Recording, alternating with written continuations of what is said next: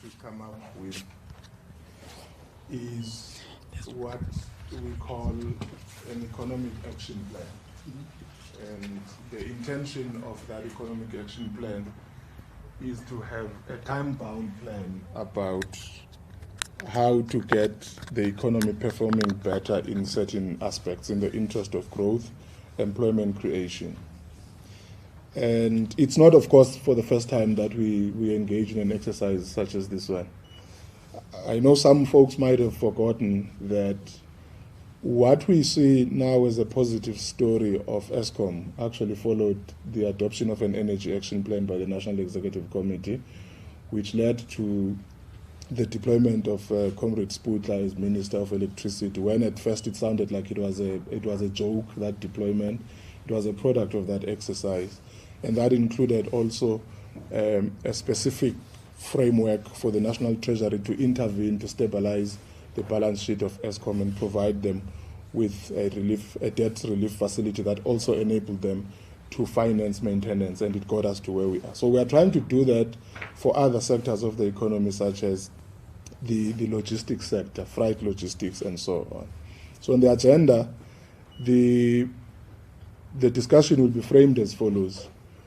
Because the ANC is driven by conference resolutions and a manifesto, we have to reappraise ourselves. What did we commit to South Africans? What did conference say we ought to do in the 5-year period leading to 2029? Then the second aspect will be to have a presentation focused on state capacity weaknesses in economic management. That includes the capacity of local government to deliver on its functions that have implications for economic performance, whether our local economic development capabilities are such that the local state has the ability to provide services efficiently and provide economic opportunities and incentives for an investment case. That, of course, cuts across the entire spectrum of the efficiency of the energy provision at that level, the water provision at that level. We know that many of our major cities have water reticulation problems, they have electricity problems, and so on. So part of what the action plan will do is to itemize what area of underperformance are we going to be dealing with and over what time horizon. So we'll split it into 3 months, 6 months, and targets going forward. The other presentation will be on building on the ESCOM story. How do we take forward the logistics, the network industries reform agenda, essentially? So replicate in substance what you did in improving ESCOM's efficiency and performance with what you do with Transnet, PRASA, and so on. Of course, I won't venture into the detail of what those areas are, but we have a model that we used to get ESCOM to improve that we will talk about. But of course, there's the other dimension about the energy security versus energy affordability debate that Comrade Sputla has been taking the public into confidence on. That even as you improve efficiency and predictability of supply, you also need to deal with the economics of it. What happens when cost escalates such that you are starting to have an energy poverty dimension getting into it? So we want to kind of future-proof ourselves on how we sort out the logistics, especially the freight logistics side, so that the cost competitiveness of what we provide is what drives performance at that level. Then, of course, the third aspect of the discussion will be on industrial policy. Comrade Parkstow, who's the Minister of Trade and Industry, will be outlining our industrial policy framework and the details of it, what starts when and what happens. I'm not sure if you, as members of the media, have paid attention to this, but there was a government gazette that was issued yesterday calling for public comments on the ferrochrome sector, especially on whether is it possible to bring in export controls on the ferrochrome sector in the interest of revitalizing the South African smelting industry on ferrochrome as part of this industrial policy strategy to revitalize South African manufacturing. So there's a whole lot of detail that will come from that, including attaching a jobs plan to it. What areas of the economy are we going to have significant areas of jobs growth on, and so on. But there will also be a discussion on defensive interventions that we are taking. Many have seen reports about the fate of the South African steel industry due to problems that particular firms are experiencing. There's going to be a detailed discussion on that one as well. Many have seen stories about the Goodyear factory in Gqeberha closing down and jobs being lost there. There's going to be a discussion about what interventions do we have in place to replace that firm and keep that subsector of the economy functioning in that part of the country. So it's going to be a very granular and detailed discussion, taking stock of the work that has been done and what are the interventions that must also be added in order to do that. The other element, of course, that is unavoidable is to have a reflection on the progress made so far in sustaining negotiations between South Africa and the United States in the interest of a trade deal that is saleable, that is in the interest of South Africa's economic interests as well, and that balances what we are trying to do from an industrial policy point of view in order to defend South African jobs, but also South Africa's global competitiveness as well. So that is going to be the detail of what we come out of here with. The intention is for the President on Monday to basically read out that action plan. What will be the economic action plan? It will be anchored around 10 interventions altogether, but there will be a sequencing on which are the 3 and 5 most important interventions that we'll be focusing on over what time horizon, and how do we measure progress over time, and what do we do about institutional deficiencies in the state from a coordination point of view, and so on. So the work that you've seen being announced around Operation Vulindlela, for instance, in coordinating intervention, the discussion will be whether can we not extend the institutional scope of that work, not so much Operation Vulindlela itself, but that intradepartmental coordination and how the presidency could be optimally utilized to drive impact at that level. So that's the nature of the discussion that we'll be. Our intention is really to move beyond the 0.8% growth platform that we are sitting on. And we know that that will require a combination of improving efficiency on network industries, on where we are, but also on building towards a viable investment compared to the private sector as well, on how we can get new capital deployed into the economy, new venture creation, and improving the performance of the ones that exist, and so on.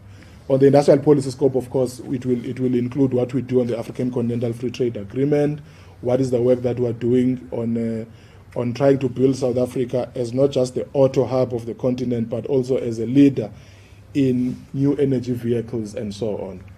I think I will stop there for now, Comrade Mahlengi, and then we will take questions. Thank you very much.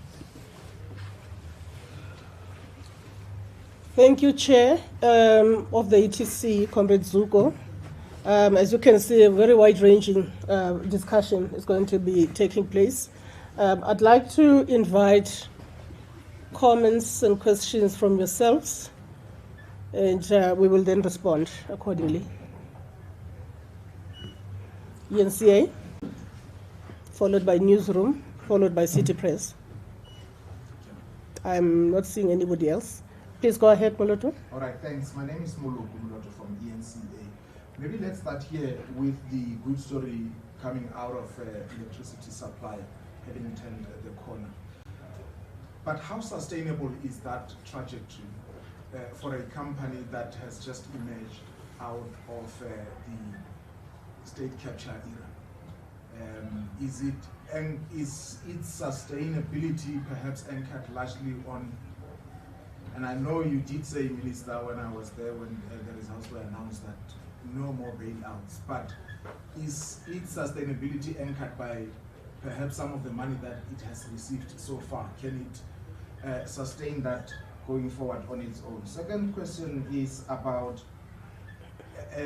Mr. Godlimbi, when you talk of at least trying to ensure the GDP growth at least goes beyond the 0.8% it's been at for a long time. I'm aware that interventions are being made on the logistics side, we are bringing in the private sector. But in terms of the timeline, how long do you anticipate we are likely to turn the corner? I'm asking this in the context of the interview that I did with one Professor Adrian Seville just on the day or a day before AGOA expired. And one of the things he said was that AGOA presented enormous opportunity for us to export a lot of outputs into the United States. But even when it was there, we were not taking advantage of just that platform on the basis of the weaknesses within the transport logistics, the freight logistics. When do you see those being attended to, or at least beginning to yield results? I think we'll be a speech this time. Definitely. Sounded like questions. Thank you. Newsroom? Junior Komando from Newsroom Africa. I think just building on Muluko, he touched a bit on the AGOA trade agreement that expired on Tuesday. I'm sure Mr. Tao would have been best suited to address this, but can you talk about just how far those talks have gone? Are there any talks in place? What is really happening there? I'm sure a lot of businesses in South Africa are really worried about this.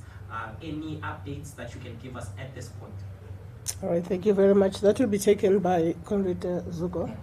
Thank you very much. City Press. My name is Norman Masubile from City Press. My question is on the discussion around growing the economy, looking at what the USA has done vis-a-vis the AGOA issues. What are the long-term and the short-term plan to eradicate the fear that the tariff and the sanction by the US might harm our economy? The NEC, this is not the first time that this issue was discussed. Is there any feedback as to what happened from the past engagement and then the failures and the success of the engagement, to say what are the implementation there? Thank you. All right, thank you very much. Let me turn to, let me start with you, Comrade Sputler.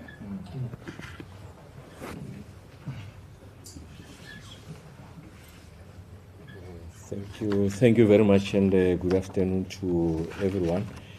I think the question from Moloto in relation to the sustainability of the spectacular performance of Eskom, I want to guarantee you that it's not frying in the pan, it's not something that happened by accident. So Comrade Zugo makes two important points. So the first one is that when we're in the throes of load shedding, we do two things. So the first one is to ensure that there's a clearly articulated execution plan in the form of the Energy Action Plan that had 5 outcomes. And the second one was leadership, just providing stewardship on the execution of that action plan.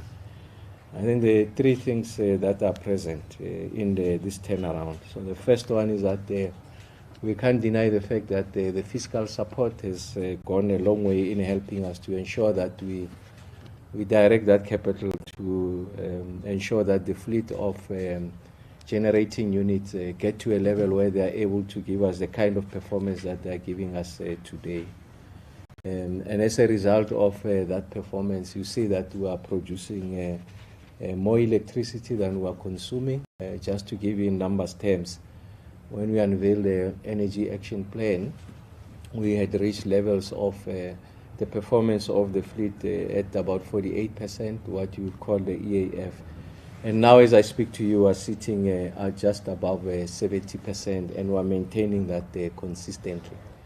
And as a result of generating more than what we need, it simply meant that we are now in a position to sell more and more electricity. So we are in the business of selling electricity in order to make money. So the more you are able to have products on the shelf, in this instance is electricity, and the customers coming in their numbers to buy off the shelves, it means that you are going to increase your revenue. So that's the second part in relation to, I think, the performance then led us to ensure that we sell more and more electricity. And then the third part is that we're able to bring down the primary cost of generation, or if you like, primary energy.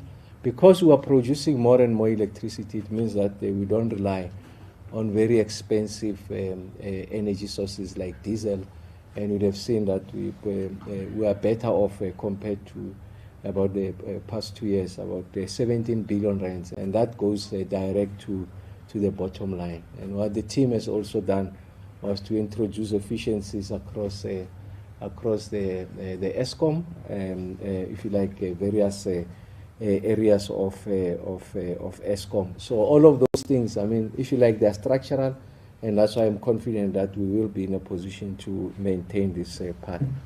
And maybe just to say the following, in addition to what Comrade Zuko was raising. So what we are beginning to see now is that our neighboring countries also are beginning to experience a surge in demand. And you know that South Africa, electricity demand that is, and you know that South Africa is the anchor of the region. So what that means is that it provides additional scope for ESCOM to export this electricity to neighboring countries. Of course, we earn a premium when we export to the various countries. So the point I'm making is that there are areas of constraints in relation to revenue generation, and that has to do with the fact that the municipalities are finding it difficult to keep up to their current accounts. And you can see the money owed to ESCOM is about 100 billion rand. So we're opening new avenues for revenue generation. And then the things that are going to be different going forward, first is that we're working with municipalities to ensure that we reduce the debt to ESCOM. As we reduce that debt, it's going to go straight to the bottom line. So if we are able to theoretically bring down, if you like, the debt by municipalities to ESCOM by 30 billion rand, that goes straight to the bottom line. So that's the point I'm making, is that we are going to see that this picture, in fact, is going to look much rosier than what we had seen. I mean, just put it into context. The immediate past financial year, we registered a loss of 55 billion. Current year, a profit after tax of 16 billion. So it's a turnaround of 71 billion. So this can be done. And then the last point I want to make is what is going to come out, and the statement, I'm sure, after the deliberation, will say something along these lines. We are generating more than what we need. And that on its own can be a threat to the grid. Remember when I was briefing the country, if your deficit is huge, so you are going to undermine the frequency of the grid. If you have excess generation, you can undermine the frequency of the grid.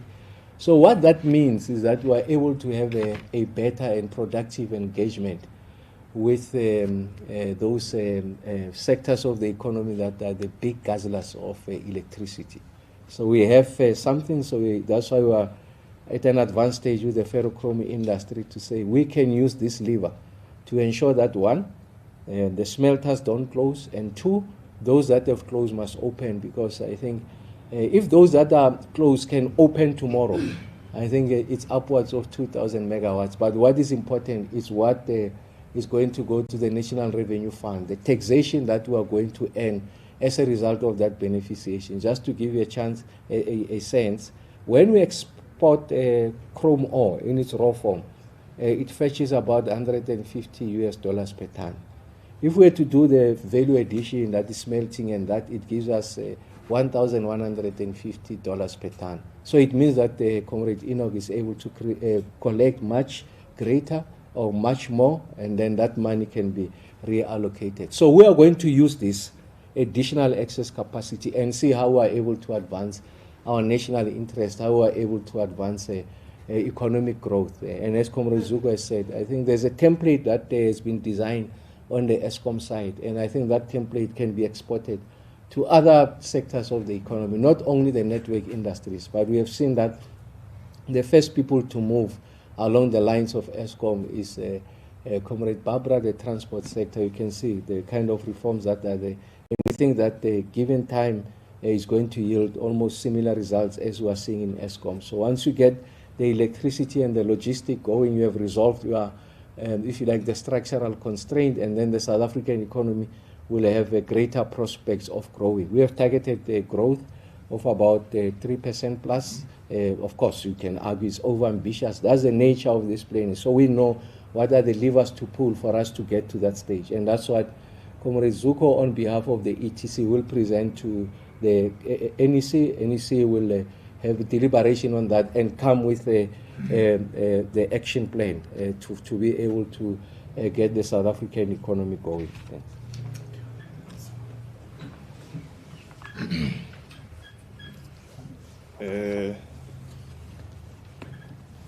Let's start with the. It's AGOA coming in different forms between junior and from the ANC. What the professor was saying to you is true for growth broadly, not just AGOA. Because when we had major weaknesses with our freight logistics system, it meant even the export of coal was not at the level at which it could have been. So all facets of our export earnings were undermined. So that undermined growth significantly. So it's a valid point. It's true not just for AGOA, it's true for the economy as well. The same logic, when there was load shedding, it had the same effect. Output was not at the level at which it should have been because there was a lot of time wasted with people not working. So when we solve these, it's essentially to build momentum upward of the 0.8%. That's essentially where we are. When you increase the volumes from a tonnage point of view of our exports at the back of efficiency on freight logistics, then what we get is higher. The number of people that we can employ goes up, and as Comrade Sputler was saying, if we can get the smelters that have shut down to reopen, two things happen. They employ people because they will have access to cheaper energy, as the plan that he will unveil in due course. But there will also be export earnings as well, which means at the back of that, the economy will be growing. Junior, you are saying, how far has the AGOA expiry date gone? I know that in South African discourse, the temptation is to frame the expiry of AGOA as a South Africa versus United States problem. It's not. It's the expiry of AGOA as a comprehensive package for the rest of sub-Saharan Africa.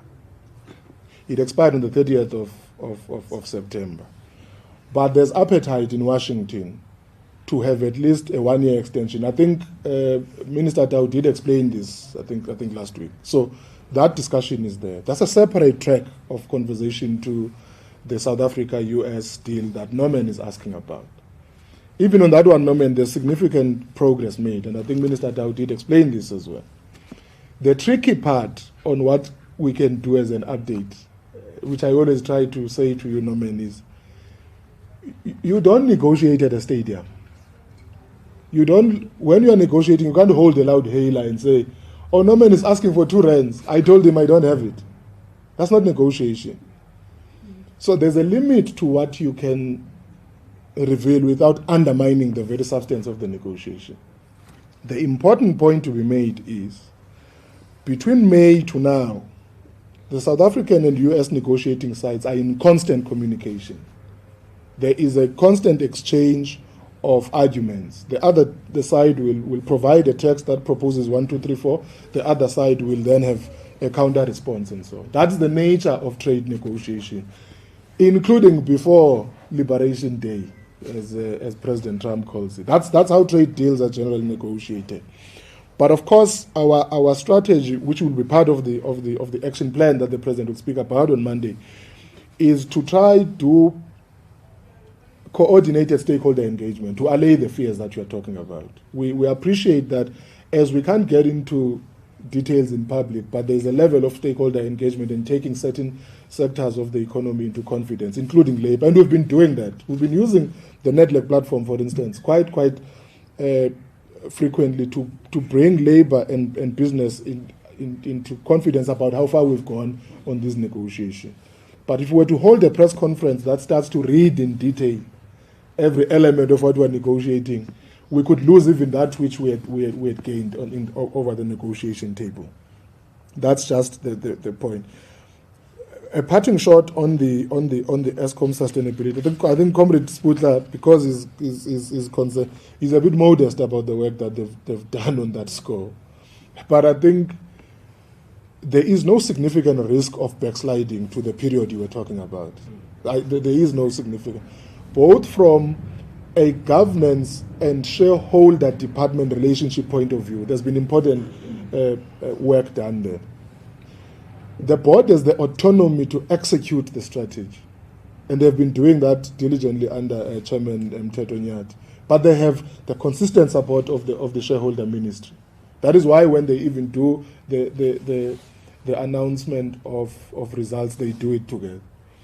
And I don't think anyone doubts that if Comrade Sputla were to overstep, the chairman of ESCOM would not hesitate to write on Twitter about it or to call a press conference, because he's a very vocal human being, and is very obsessed with preserving the integrity of governance of the work that they are doing. So I don't think if there was any backsliding on that front, you would get a much more confrontational ESCOM leadership saying we think we're now being taken there.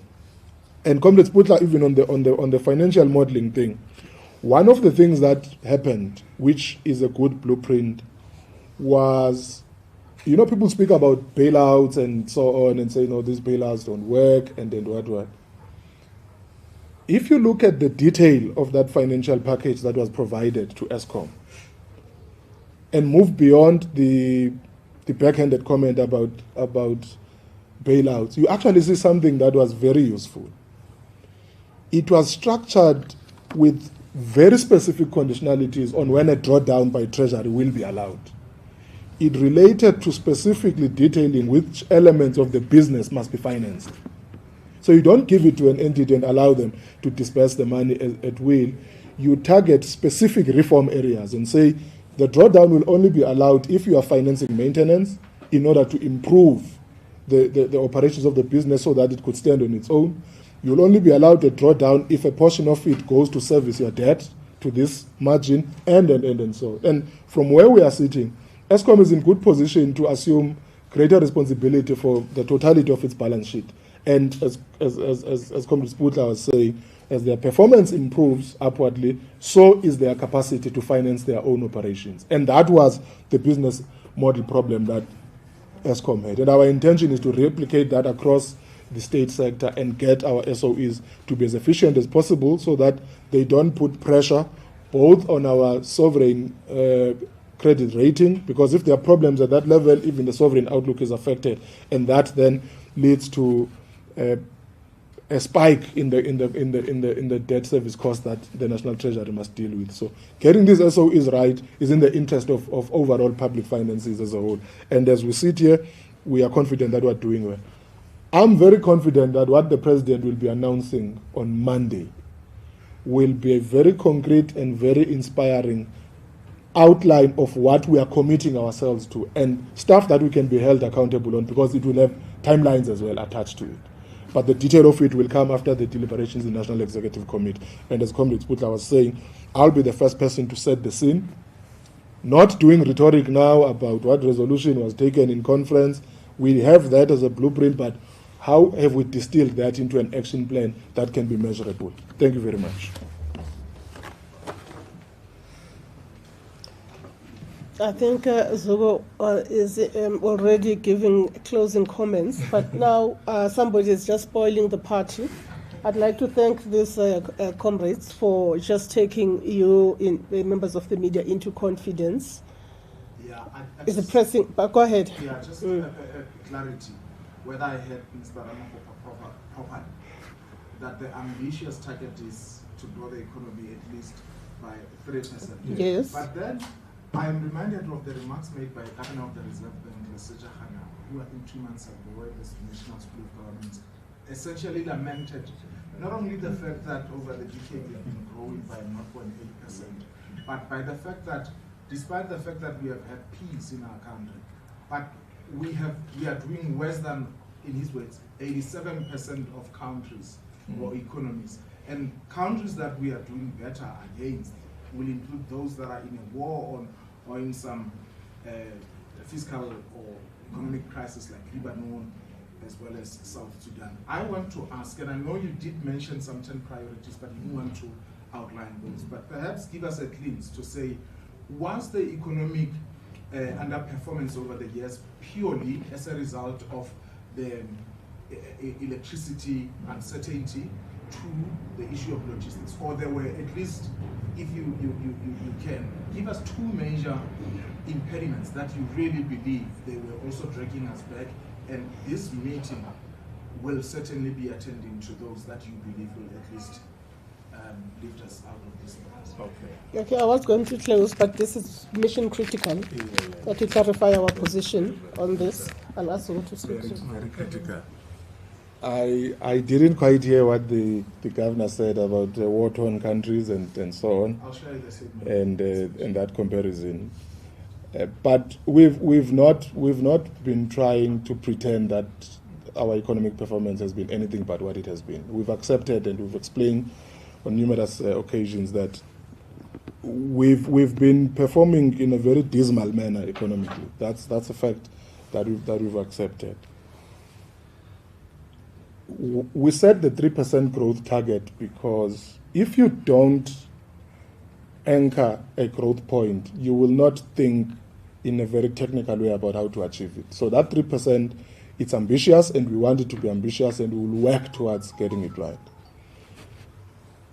It's not that electricity and freight logistics are the sum total of the problems that we've had, but because they are enabler sectors of the economy, they affect a whole range of others. Let me make an example about what the other problem has been.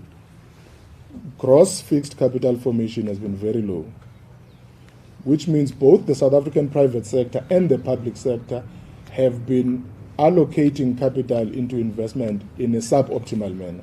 So one of the weaknesses that we've had, there has been not sufficient levels of investment in the economy. That's the first one.